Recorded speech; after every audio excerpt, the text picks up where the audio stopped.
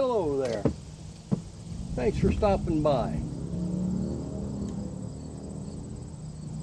Recently, a couple of things have happened that I just feel I need to elaborate on. And apparently I don't do well at making myself clear.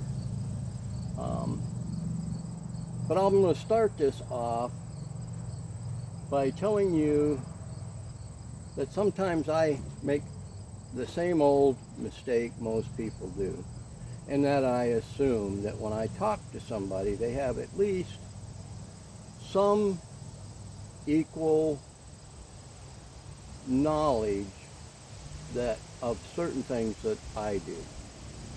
Case in point, wasn't too long ago that somebody was trying to do some headspace work on a Mauser, and I took the time to encode, because I thought they already knew pretty much what I was doing. They just weren't saying, they just needed a friendly reminder. So encode, I tried to remind them that there are two kinds of bolt action rifles in question when trying to do a head spacing in the way he was doing.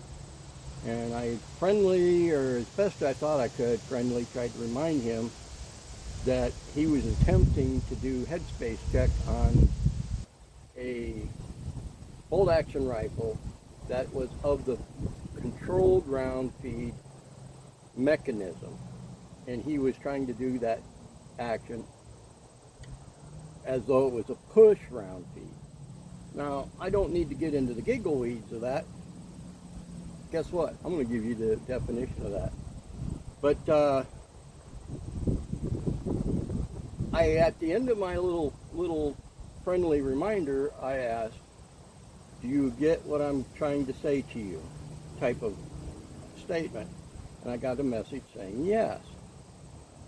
Well, a couple weeks later, same channel, same person, attempts it in another Mauser doing the same thing. So I try to in-depth explain to him through comments, because I don't have direct contact with them, and quite frankly for me it'd be a whole lot easier if I was in the same room to just demonstrate, but I can't do that. Which, when I got done explaining how to do it two different ways, it took a third party to come in and say, do what he's telling you, everything he's telling you is valid. This is not about me tooting my horn. Believe me, it may sound that way, but it's not about me tooting my horn. But as soon as he tried it and did it the second way I explained it to him, he come back and he did what he called, well, what I'll call a follow-up, in which he quoted that some commenter into this and then demonstrated that he did it and double-checked his headspace and came out with a conclusion that was caliber that he thought it was, but couldn't remember the name of the channel that did it. Not a big deal. Not really. In which that third party chimed in on the comments and told him again, it's so-and-so. Well, the comment, his follow-up was, well, whoever it was, they helped me. Let it go. Again, not a big deal. What kind of turned out to be sort of a big deal is a couple weeks later, he talked about what some other channel was doing, trying to help promote small channels, and in doing so, promoted the exact bigger channels that was talking about doing small channels. Again, not a big deal. But I made a mistake in assuming that people think the same way I do, or even have the knowledge. Now, I'm not a know-it-all, but what I do know, I don't lend frivolously, I guess is the word I'm looking for. So, this leads me to another deal where I did a video in response to somebody else's video, in which I explained, well, let's go further. In the video, I talked about reminiscing about my dad, man's inability to stop playing God, my experience as far as guns and why I prefer it, and I related it to my grizzly bear, my experience in that kind of country. Now, not a real big deal, but apparently I don't explain myself. So, I'm going to take a minute here and explain it different. So, this right here is one of my many Remingtons. This happens to be the so-called 5.5-inch sheriff model. Now, if I can buy this sheriff's model,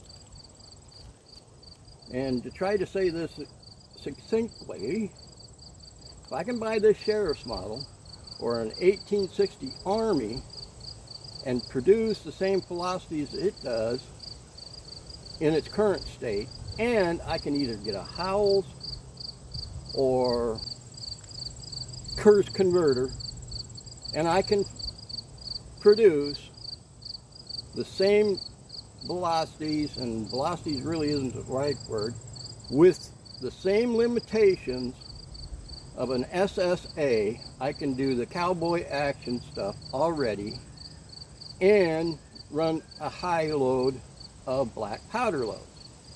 So for me, it's a twofold thing.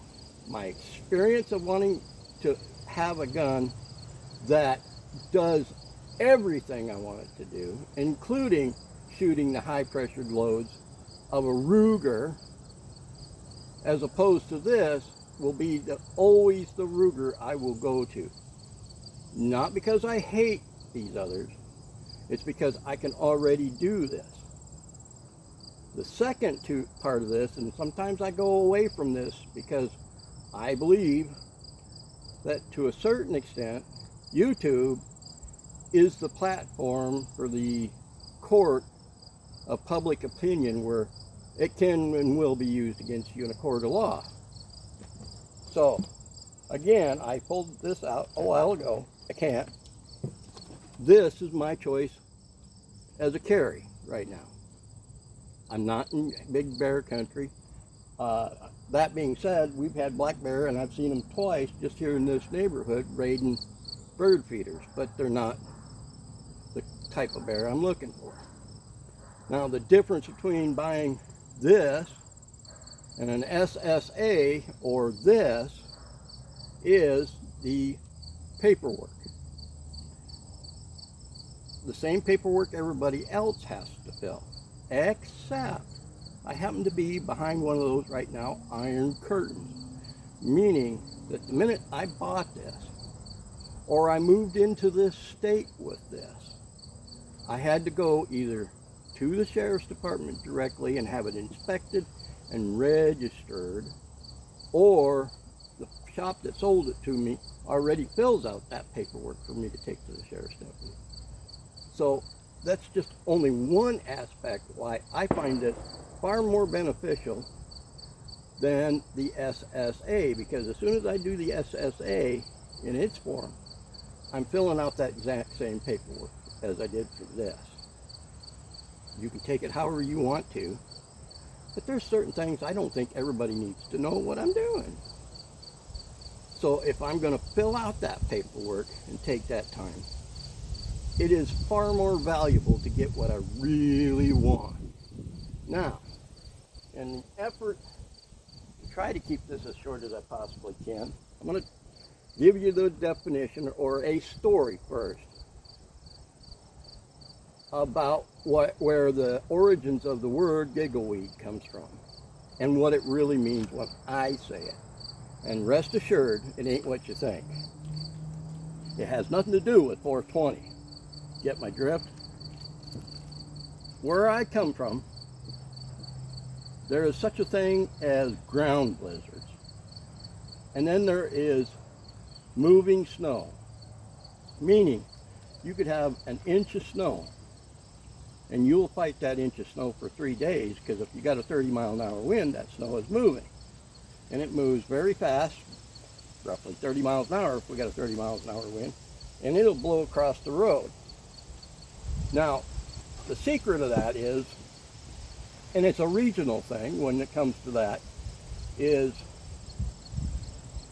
it could be 10 below. And when that stuff is blowing across that, one of two things can happen. One, you could already have an ice pack in it hidden that you don't know about. Or two, the sun has raised the surface temperature to the point it turns it to slush. And inevitably, somebody will come down out off of that, look at that blowing spot, and what I call blowing and sticking, will hit that at 65 miles an hour, and they're out in the ditch. That's the definition of giggle weeds. As a matter of fact, I've had a semi do the exact same thing, and he ended up out in the giggle weeds. So much so that he went down through the ditch, up through the right-of-way, through the right-of-way fence, and almost made it to the snow fence. Now, again, I'm probably saying something to you that you probably don't understand depending on where you're at, but those pictures of those wooden structures are not jackalope racing stands. So, what's my point of telling you this story? Giggle weeds is my experience, history, and knowledge of the region. Now, 90% of the time, those accidents are happen to somebody with a cruise control on, and a normal person from Wyoming would go, okay, September 1st, we're done with cruise control because we never know what's over the next hill. But somebody that's not from there don't get that. And inevitably, not every time, but most times you'll find it Alabama, Georgia, Florida, North Carolina, those kind of places that make that mistake. So you can take my experience and do with it what you will. And I'm not saying my driver license is more important than yours. I'm just trying to give you a heads up, fair warning about what I lived. And if it happens to be that you get out in those giggle weeds, and I've given you that fair warning, and as long as you ain't been injured, I'm going to be the one going, with that in mind, came here wearing your feelings on your sleeve, looking to get your butt hurt, you might have come to the right place.